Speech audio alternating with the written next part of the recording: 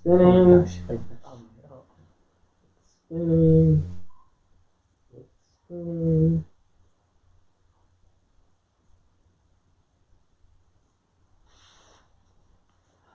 You're good. Psalm prayer. Yep. I'm going to read that from the evening from Vespers tonight. Oh, okay. It's beautiful. Do you know, hi, evening. We're all here. We're talking, just a minute. Do you know the prayer of John Gabriel Purba? St. John Gabriel Purba? I don't. He was a Vincentian priest, missionary in China. And, you know, my divine Savior, transform me into yourself. I'll get it. I'll find it for you.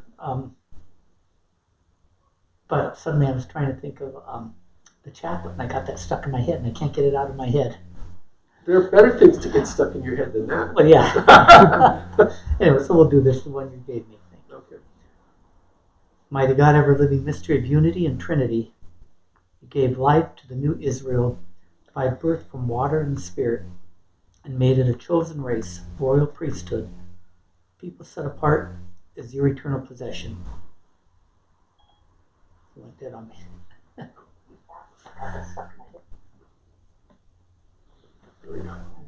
As your eternal possession.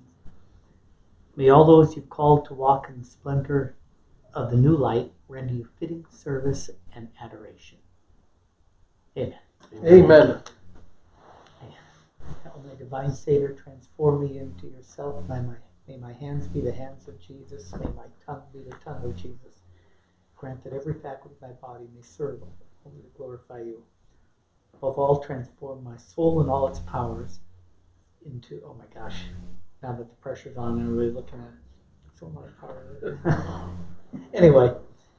Beautiful prayer. It is a prayer. Oh, yes. Everywhere I've been, except here, we've said it after communion, which will come eventually. The whole church says it together, but right now nobody knows the words except me. I thought I knew them.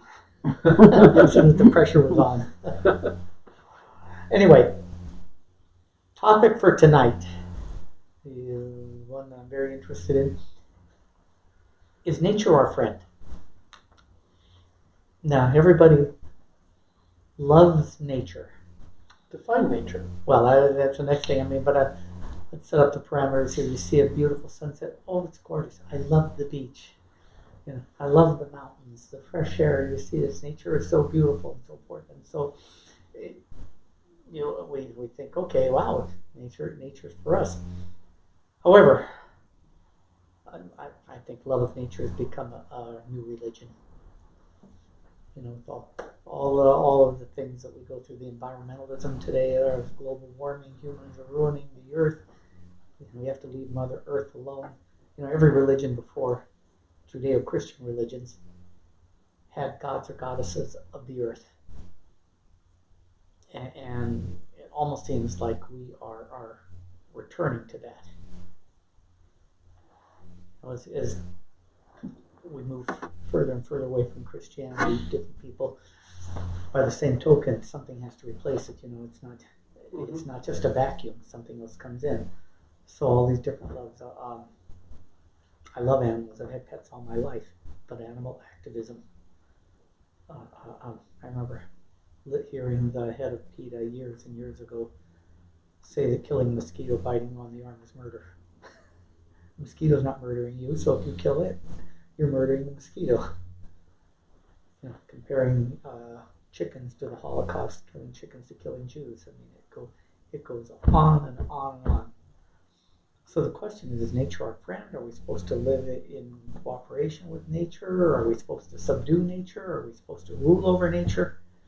And so forth. Is nature our friend? I'm sorry, because when we finished last week, you said something interesting about the three approaches. Oh, well, first of all, I think this is an excellent subject for us to be thinking about because it is the underlying assumptions that many of us have without really thinking about them. But if you kind of lay out the three great views about nature, in the ancient world, nature was something to be appeased. It was something for you to be in harmony with, but to appease. So you'd have these prayers to the gods for rain, for the avoidance of storms, all those sorts of things. Would you include human sacrifice? Well, human sacrifice was a way of appeasement. I mean, that's part of it, because human beings were fundamentally part of nature. And so because we were part of nature, we wanted to be in harmony with nature, which is a good thing. But also we needed to appease those parts of nature that were very harmful. That was the ancient view. And then we have the modern view, which is, and this is from Descartes forward, so from the 1600s forward, which is God, nature is something to be controlled, subdued, used. It is put for us to do whatever we want to. And it's a human-centered phenomenon. So we are not part of nature. We are actually outside of nature, and we rule over nature. And so then you can get to the kinds of abuses that we have today, where there isn't this sense of this word that we call stewardship. The Christian view is both of those things, but not to either extreme. We are to be in harmony with nature because it's God's creation, but we don't worship the earth because the earth is a created thing. It makes no sense. That worshiping the earth would be the same thing like worshiping some idol, some statue over there that was created by man. It's God, the Creator, is the only person to worship. Everything else is created. By the same token, God in Genesis said that human beings are set apart from the rest of nature. Even though we're fully within nature, in a certain degree we're above nature, so we are to rule nature, not to destroy it, but to preserve it, to protect it, to make it whole and flourish. And that's where the stewardship comes in. And so that intermediate view of the Catholic, what I call the Catholic conception of nature, which captures both we are part of nature, but in some degree we are above nature, but never to destroy it, is the closest thing that I understand about Catholic teaching on nature. But there's a lot of scary things with the modern approach. Designer babies. Oh, We're going to design our own babies.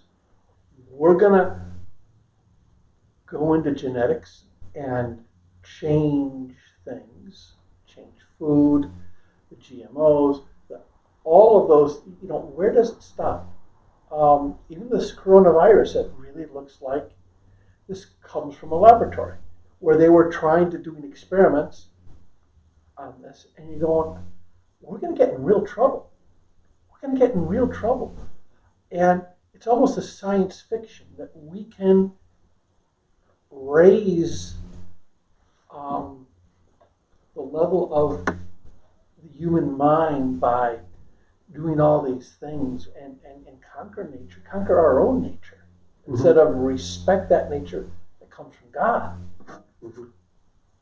But it's based on that modern notion is a purely materialistic conception of human beings, though. Yes. If you're simply a complex electrochemical instrument, so you're more complex than an earthworm, but you're not fundamentally different from an earthworm, because an earthworm's got hearts and it ingests and it excretes. Mm-hmm. So therefore, that gives the PETA argument currency. Because if we're not fundamentally different from animals, then animals should have the same rights we have. Elon Musk has been writing about doing implants into our head so that we can communicate telepathically and things like that. Elon Musk, is supposed to be this great scientist. It's bizarre, some of this stuff that they want to do. Absolutely bizarre. Well, if we were on this animals and we were on the same level, we'd have to have jails and prisons for animals to put them on trial. They'll say, It's oh, like, that was wrong. nobody's ever been out in the woods. We had a dog, a Doberman Pinscher. It would go after the woodchucks, and it would rip their heads off. And animals are vicious. They're vicious. If you have birds, you're seeing the birds attack one another. The world out there is vicious. Yeah. Our problem is we only know the world post-fall from Genesis. Exactly. Right. You know, from the Bible, we were in perfect harmony with God, with creation, with nature before the fall. After that, everything changed. We've been playing catch up and then trying to focus on what our ultimate objective is ever since. Yeah. But you know, I am of the opinion that the word subdue is the appropriate one, because if we don't subdue nature, it will kill us. Everything we do, every way we live, is something to push nature to the side. First thing, we wear clothes. But if we didn't wear clothes, it'd be overheat or freeze to death. We live in houses. We need to subdue nature to get food. We protect ourselves from insects and bugs and spiders and snakes and lions and tigers And viruses. and viruses. You know, we build hospitals. You know, the natural view is survival of the fittest. Well, hospitals are about survival of the weakest. When you're at your weakest, you need help, because if we don't help you, nature will kill you. Mm-hmm. Tsunamis and earthquakes and lightning and floods and all of these things, you know, left to itself, just us and nature, with nothing, nature would wipe us out. Post-fall. Yeah, but there's also the Christian point of view that says, you know, it's natural to die. And we're all going to die. And yet there's something worse than natural death, and that's spiritual death. And so we're even elevating where we try to avoid death, but we're guided by a spiritual quest to go to heaven. And that just, it orders everything. You said it just right. I think it all turns to order, because if you're focused on what your ultimate destination is, then you might not know every step that you need to take along the path, but you know what the next step should be, and you know what the path is generally to be on. And God gave the earth for us to subdue it, but not destroy it. Right? Because, again, we are part of nature. And so to pretend that we're not, as the modern world says, you can be anything that your will says it is, well, that's contrary to nature. And yet at the same time, we are not in a survival of the fittest mode. We definitely have Catholic teaching which says that there's a dignity to human beings which extends beyond mere nature. Yes. And that's a gift. Yeah. But that's not an easy thing to learn, because it's very easy to say, well, it's either all my will or we've got to worship the earth. And the Catholic way says, no, we don't worship the earth, but we respect the earth. And we don't say that you can do anything you want to, but human will and intentionality is extremely important. That's where dignity comes from, because we have a will to follow God, to follow Jesus Christ. That's the beauty of it. So, back to your question, nature. You got me a lot of thinking about a lot of things. So I'm reading a book right now. I should remember the title. It's like, it's always the end, or it's always almost the end. And just goes through history and takes different movements through history where people, oh my gosh, is this the end, or it's the end of something for them. And one of the things, it's so prophetic. And this book is written within the last year, published within the last year. And one of the things he talked about is, what would happen if there was another pandemic? How would the world react to it? And he nailed it. He just nailed the reaction to it. But one of the questions he raises, and he goes through pandemics of the past. Mm-hmm. Certainly starting with Justinian and then leading to the Black Death and other ones. And he raises the question of, killing people, was nature's way of maintaining a balance between how many people live on the earth and the earth itself, and that modern medicine has upset that balance now, because what do we have, 7 billion people now? I think you told me the other day, John, there are more people on the earth now than there were in all the centuries that preceded us up to the 20th century or something like that. More people are alive now on Earth than have ever died. That have ever died. Yeah. So we've got this exponential growth. But that's one of the things where I think the modern innovations in science in terms of agricultural output and healthcare, those are good things. We're saving more lives. Fewer babies are dying. Without a doubt. And that's part of the dignity of the human person. But I'm going to say something. I think we're putting death, we're freaking out because the worst thing in the world that can happen is death. And the problem is, it's going to happen, number one. And number two, are we taking care of ourselves spiritually? Is there something worse than material death? And we don't talk about that. That's what I'm worried about, and I think that's what the church needs to stand up for and talk about. I agree, especially in this time. Yes.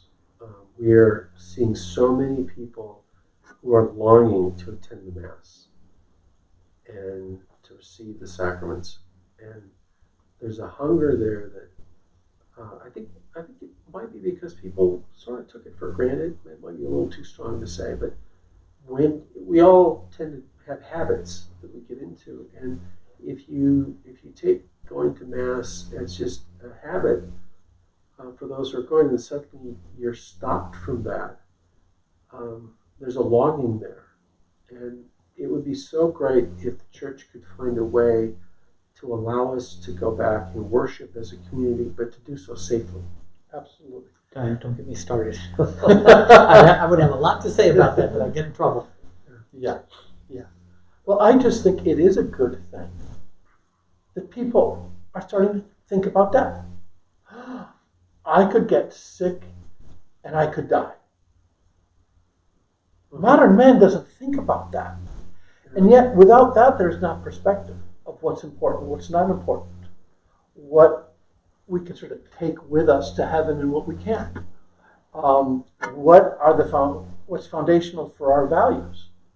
So, before everybody thought about death, today we blow it off.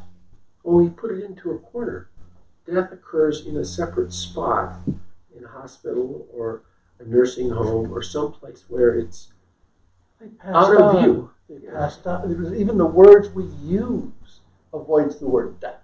Mm-hmm. Remember, there's something from the Rule of St. Benedict where he says to all the monks, live this day, or words to that effect, live this day as if it were your last day. Yeah. And think about, pray, or think about death every day. One day it will visit you.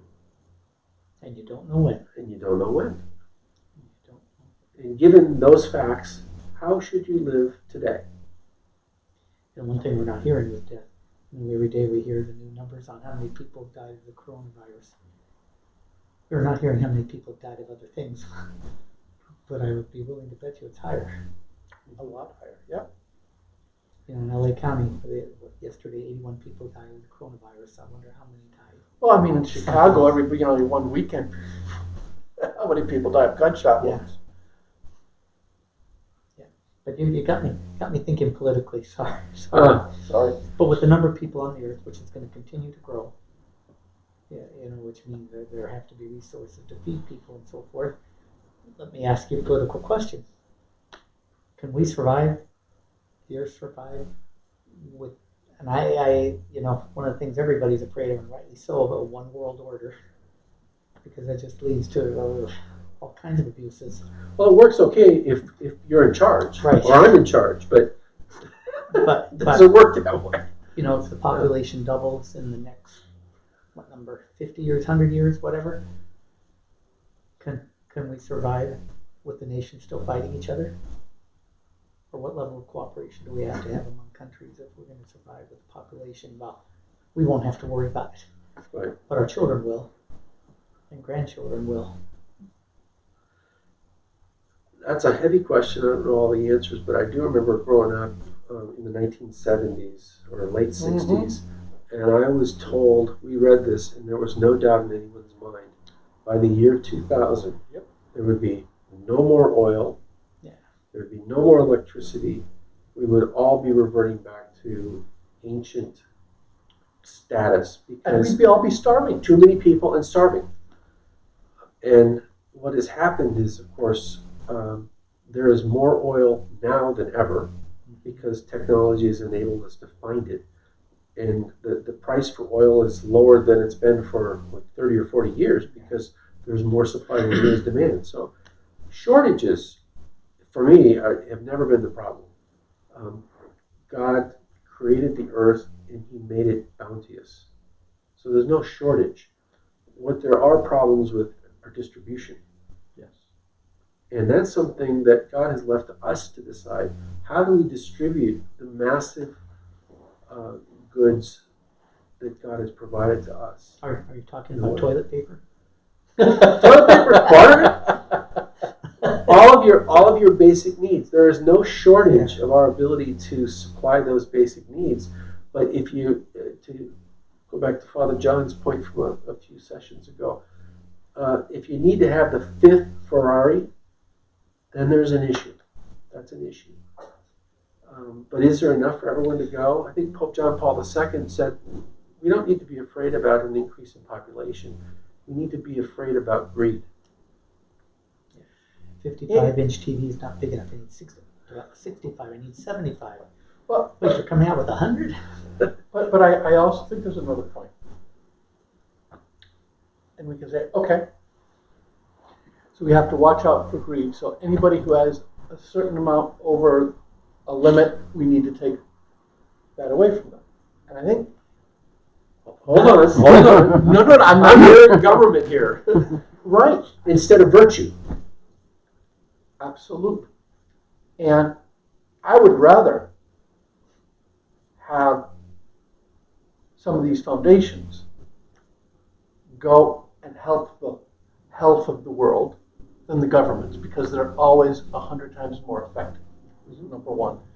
Number two, I think that every time you try redistribution, it ends up that you never have enough food or basic necessities for people. You'll So- have to look at the Soviet Union. Absolutely.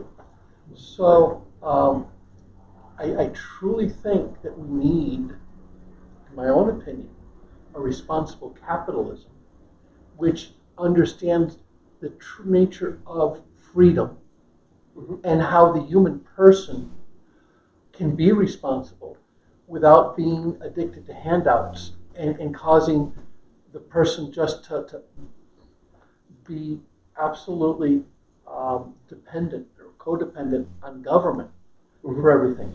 That's we need education and we need freedoms that and virtue as the steering wheel. And that's the biggest thing I think the church can do.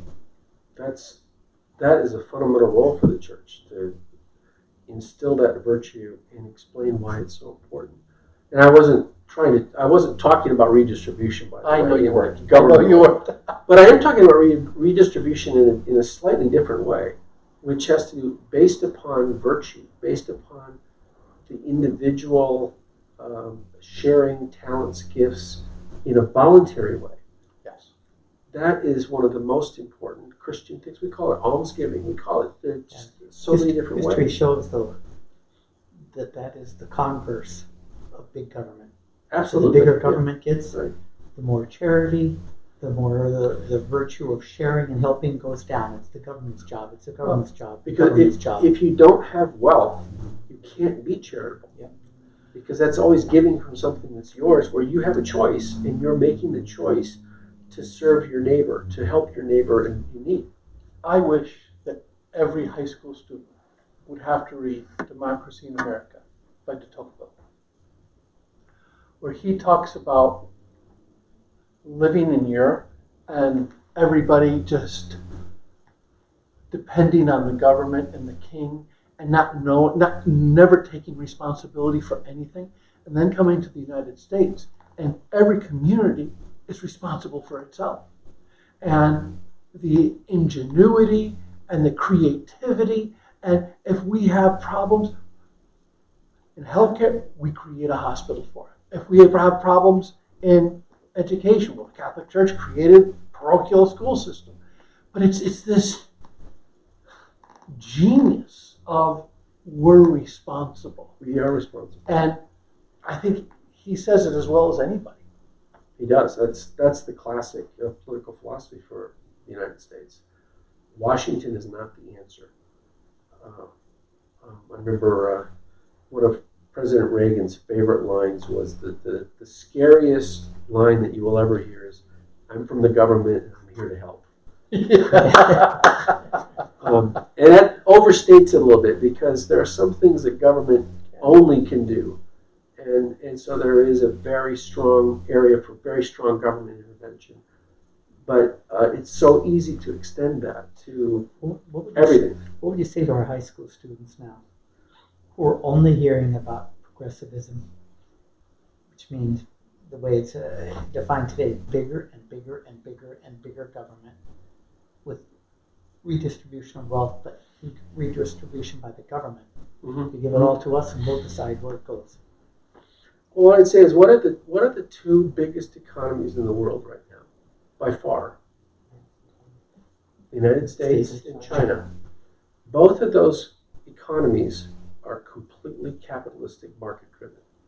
Now, the Chinese Communist Party has certain control, so they'll intervene, and they're actually a player, so they'll support certain industries and all that.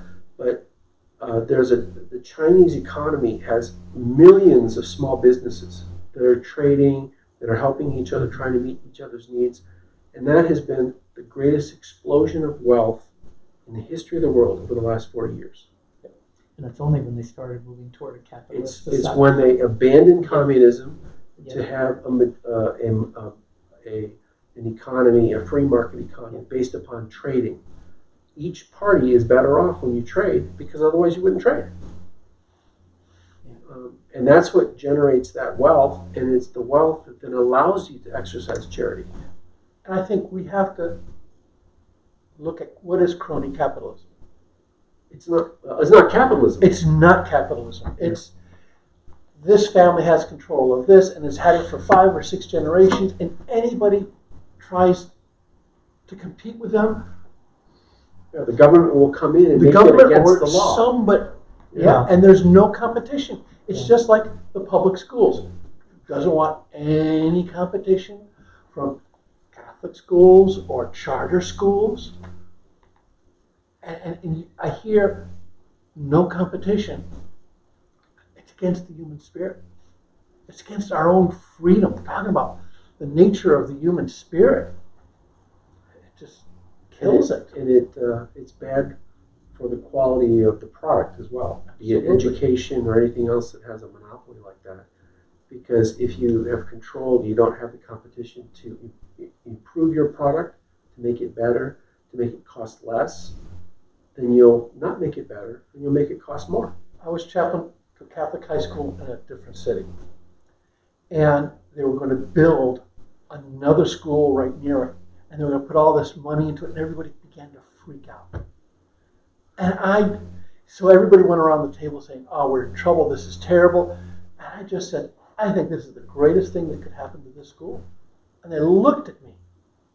I said, "It will force us to be 1,000 times better." I said, are we really satisfied with our level here?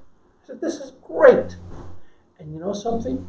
That school was built, and the Catholic school improved 100-fold.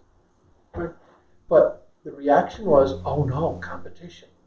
Mm-hmm. Well, we all like to be winners without any competition. It's sort of a natural thing. And that's one of the roles of government, actually, to promote competition, because we all benefit from having the same set of rules, the same opportunities, and then let that meritocracy take over. But when you have corruption, the biggest thing I see is corruption. You see Latin America, all the problems with Latin America is corruption and crony capitalism. It's not real capitalism. It's not a market economy. It's not a market. And if we want to get rid of poverty, and I have a whole bunch of stories But we have to get rid of corruption and crony capitalism, which is, as you say, nothing to do with capitalism. How's our time? We're at 32 minutes. Okay, well let me bring it back home, All right. because for me, nature has no feelings, has no conscience, doesn't love us, doesn't hate us. Yep. It just is. That But- mosquito will go after you or me. But it will at the same time kill us if we don't take steps to protect ourselves. So what's the appropriate way for humanity and nature to intersect and interact? Because it will kill us if we don't do this appropriately, as we're finding out now with the coronavirus, taking nature and putting it in a laboratory and then losing control of it, and here we are today. So what's the appropriate relationship? Humanity and nature. And it's not to say, oh, it's our friend. Well, I'd offer what I consider to be the Catholic approach, which is we are a part of nature. We are spirit and we are body, mind, and soul. So we have natural aspects about us. Our DNA is related to the DNA of every other living thing on the planet. At the same time, we are built in a distinctively different way so that we can manage nature, in a certain sense, rise above nature. And that's part of our natural gift from God. That's what Genesis tells us. We were bequeathed the earth to take care of it, to protect ourselves, and to take care of it, not to despoil it, but also not to be afraid of it, and certainly not to destroy it.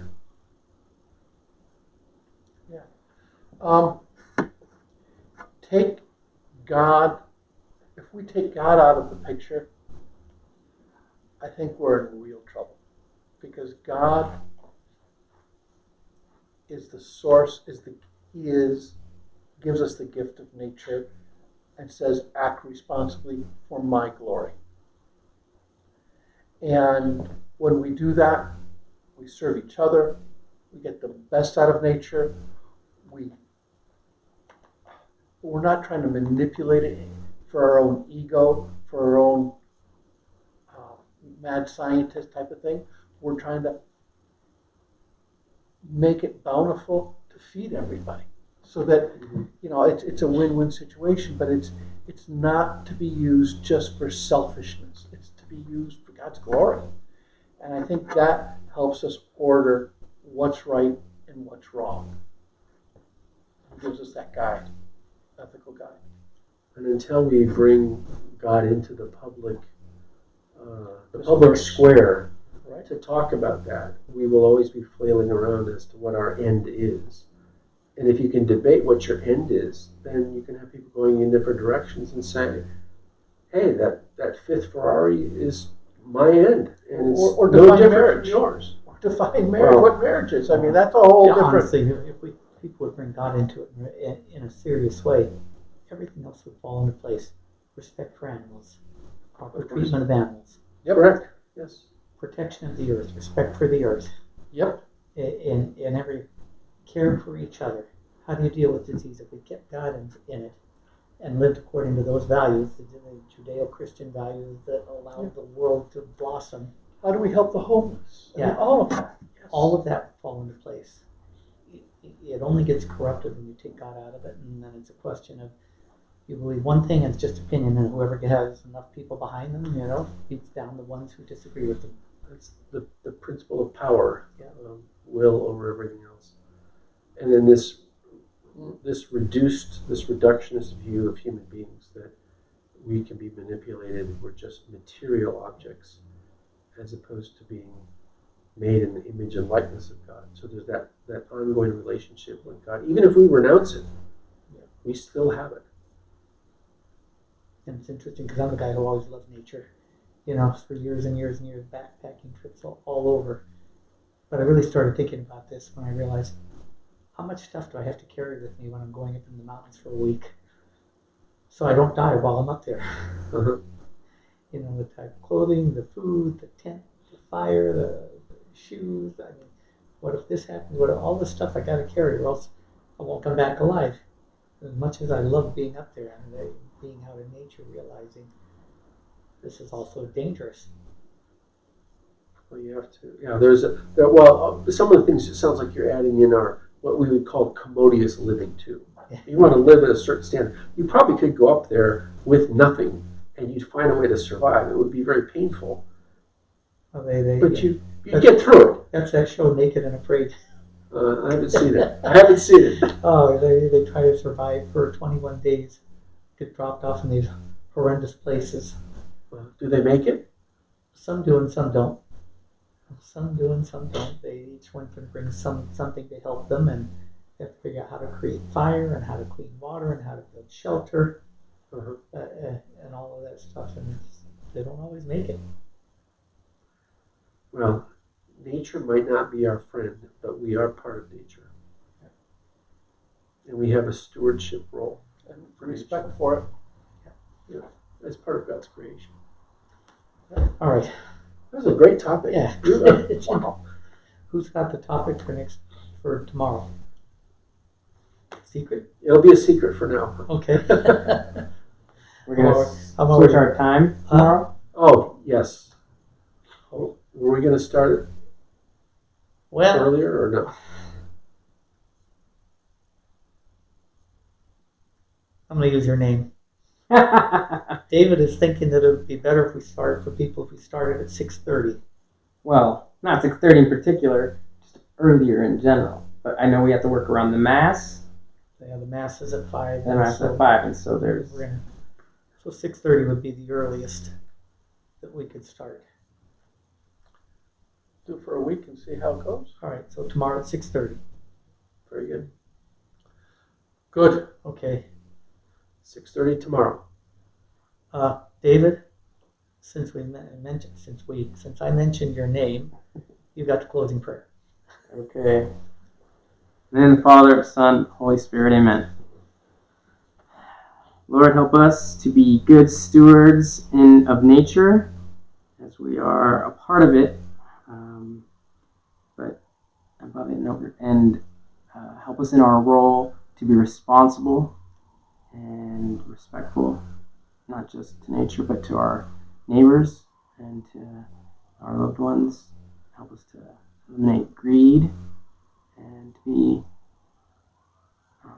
good stewards who keep not just our own hearts in mind, but others as well. And please help those who are falling ill and those who are caring for them during this time. We ask this